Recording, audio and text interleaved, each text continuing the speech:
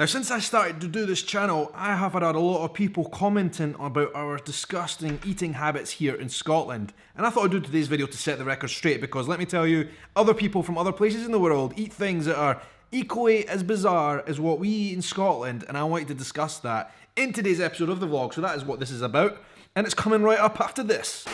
Hello guys, how are you doing? Welcome to today's episode of the vlog. My name is Sean and I'm a YouTuber from Edinburgh in Scotland. Right here on this channel, I talk all about Scottish culture, my life, my travels, etc. And it's great to have you on board. Thank you so much for joining in with this content. As always, it's great to have you here. And if you're new, please don't forget to hit the red subscribe button down below and join the family. And everyone, hit the big notification bell thingy. And then YouTube might even bother itself to show you some of my videos from now on. Alright? Great to have you all on board.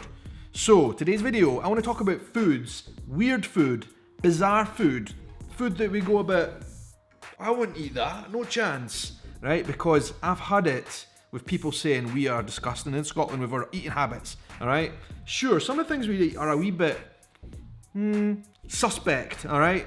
And we're talking especially about our national dish, and I'll get into that in a wee second because I think it's an important part to anchor this story. We get all kinds of abuse from people from all around the world when they come here and say, haggis, that is disgusting, how can you eat haggis?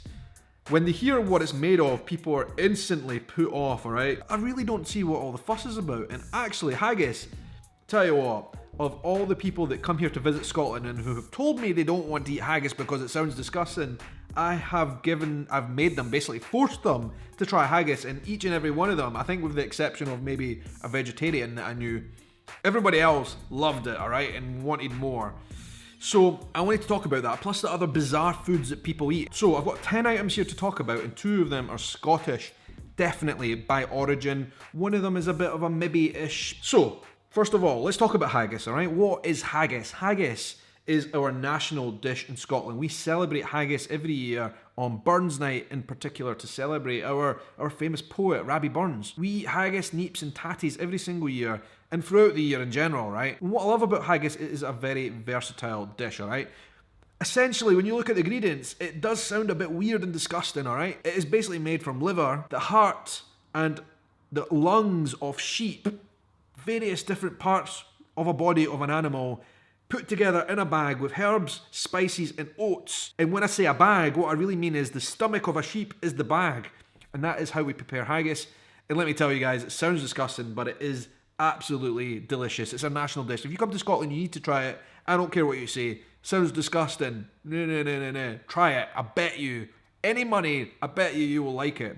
I don't think I've ever really heard anybody who's tried haggis given it a proper shot and said they didn't like it. But here's the thing with haggis.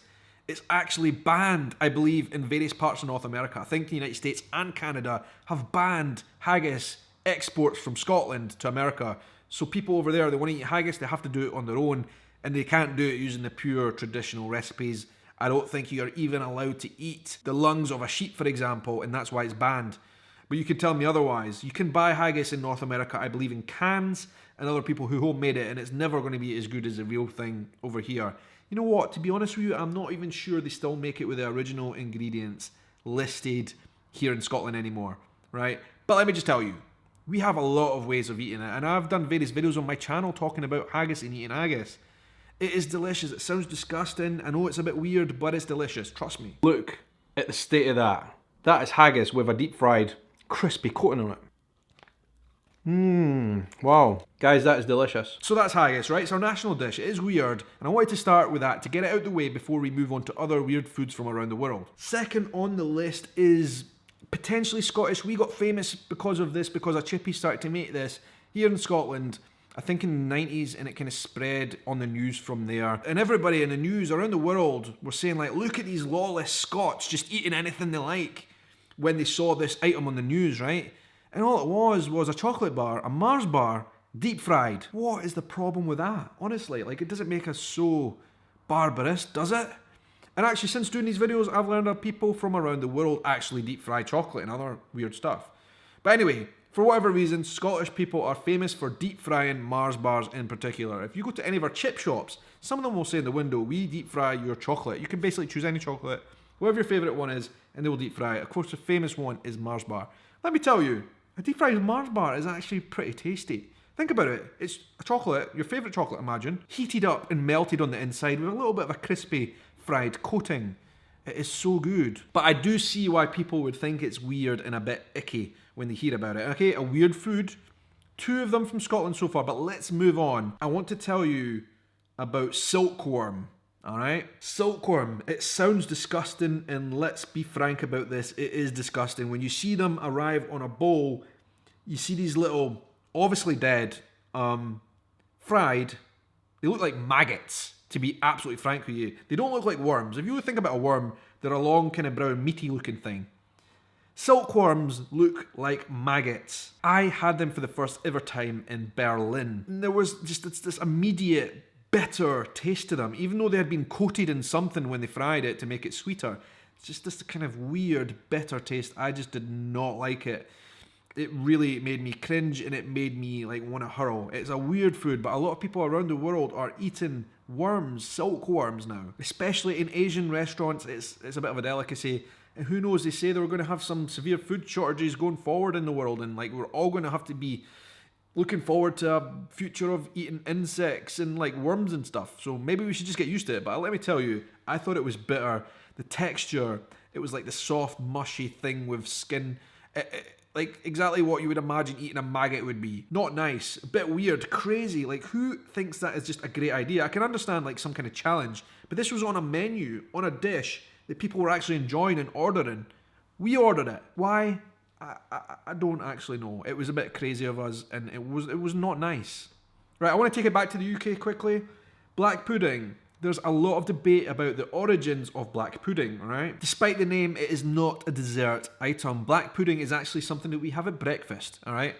Black pudding essentially is blood that has been congealed and mixed with other things, herbs and spices, put together in a sausage shape, and then you cook it and you chop it up, and you basically get this kind of like chopped sausage type of textured thing on your plate for your breakfast here in the UK. And let me tell you, it might sound weird and it might sound disgusting, but I absolutely love black pudding, and it is very popular here in the UK. I think its origins actually go back to like England and Ireland.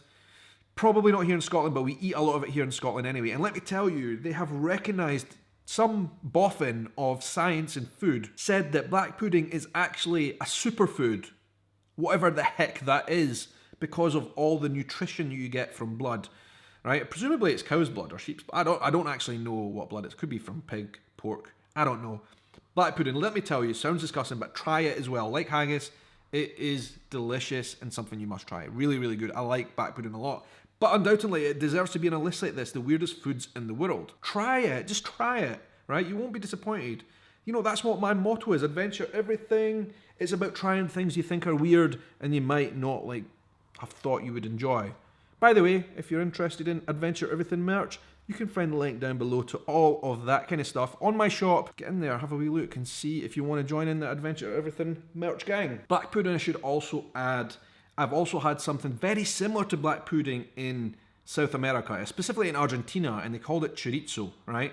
It wasn't exactly the same as black pudding, but it was the same colour, the same texture, and it's kind of the same. So if you're in South America, you might have come across chorizo, and it is very similar to black pudding. And there's also another kind of chorizo, which is much more like a sausage, not the same thing. We're talking about different things here. All right, Iceland, cold, unforgiving landscape, and how do you like preserve food in such a climate which is just like wild and so cold for large parts of the year? And fish are the main diet. There was never ever many places to plant crops before, in the older days especially, and to rear animals, but they have lots of fish, so much fish that like they couldn't eat it all in a winter, so they have to store it for long periods of time.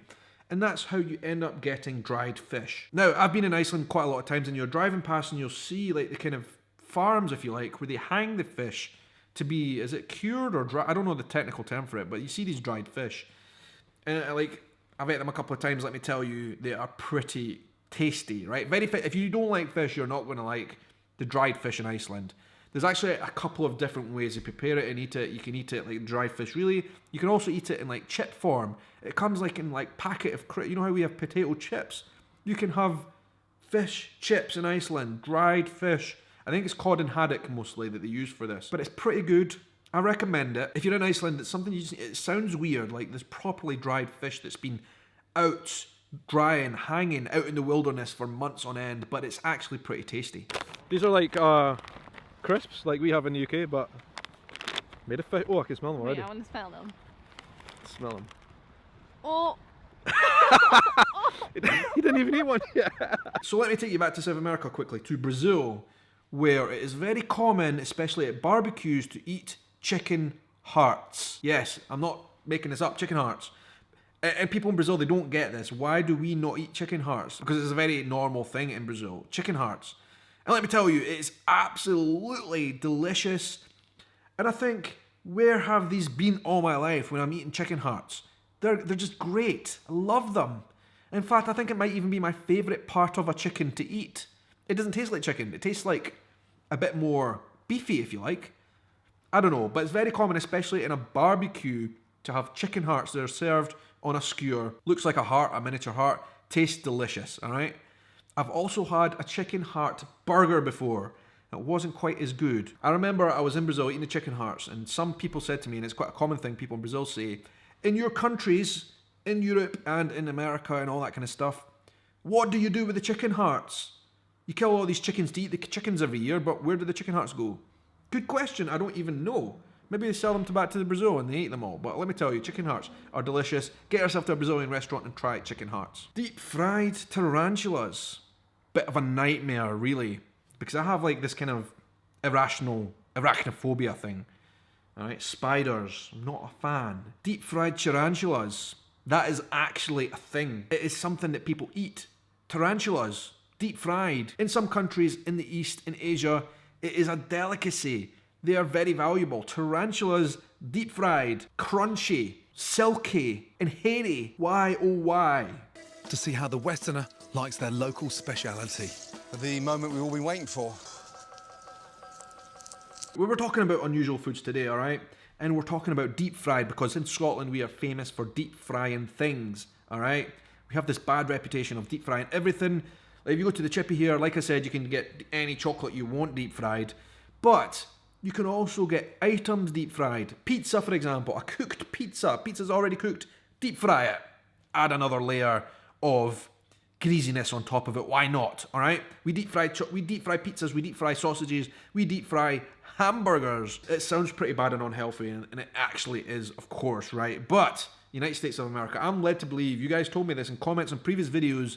You deep fry a lot of things too, and in fact, in the South in particular, you probably deep fry more than us.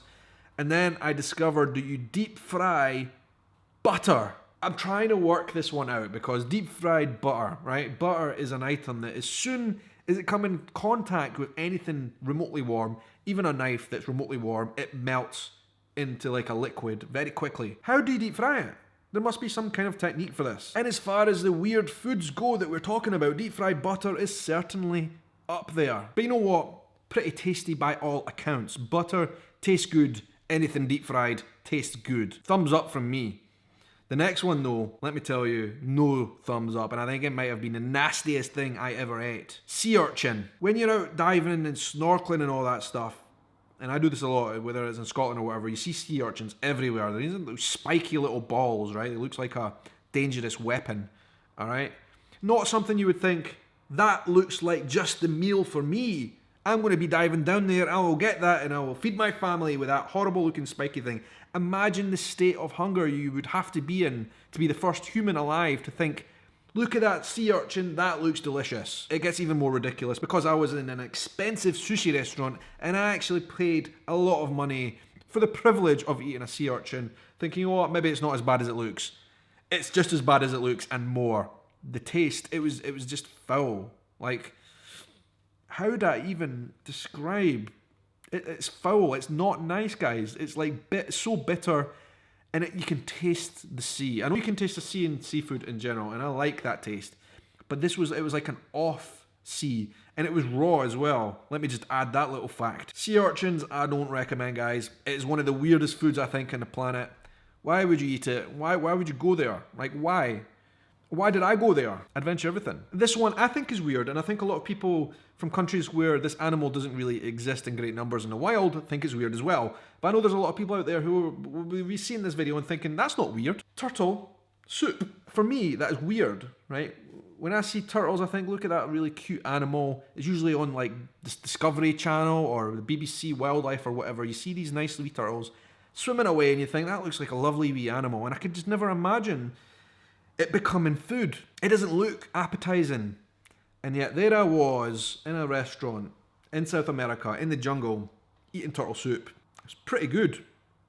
Not gonna lie, guys, I enjoyed it. Really, really good. Please tell me if it's not just me out there, if other people think this is weird too, but when you just think the idea of turtles in soup, you don't think like that thing is a thing that should exist, right? And when I saw it on the menu, I was like, I just need to try that. I'm curious now. I'm curious. Those are some weird foods that I have come across. I would like to know, in your opinion, or if you know about your experience, what other weird foods have you come across in the world that you think are just too bizarre to be something that anyone would really eat? Down in the comments below, I want to know the weird foods that you've tried, the weird foods that you think exist out there that you think are just totally bizarre that I've not mentioned. Let's get that dialogue going. I love food. I'm a bit of a foodie. I will eat lots of different things, and I've tried lots of things, as I've talked about in today's video, alright? Have you tried any of the ones I've listed? I want to know your thoughts. But guys, that's all we've got time for in this video. It's been great to chat to you about weird and bizarre things, as always, that I might be interested in, and I think some of you guys might find interesting too. Thank you so much for watching, and until the next adventure, I hope you have a good night, morning, evening, afternoon, or whatever time of day it is, wherever you are in the world. Take care.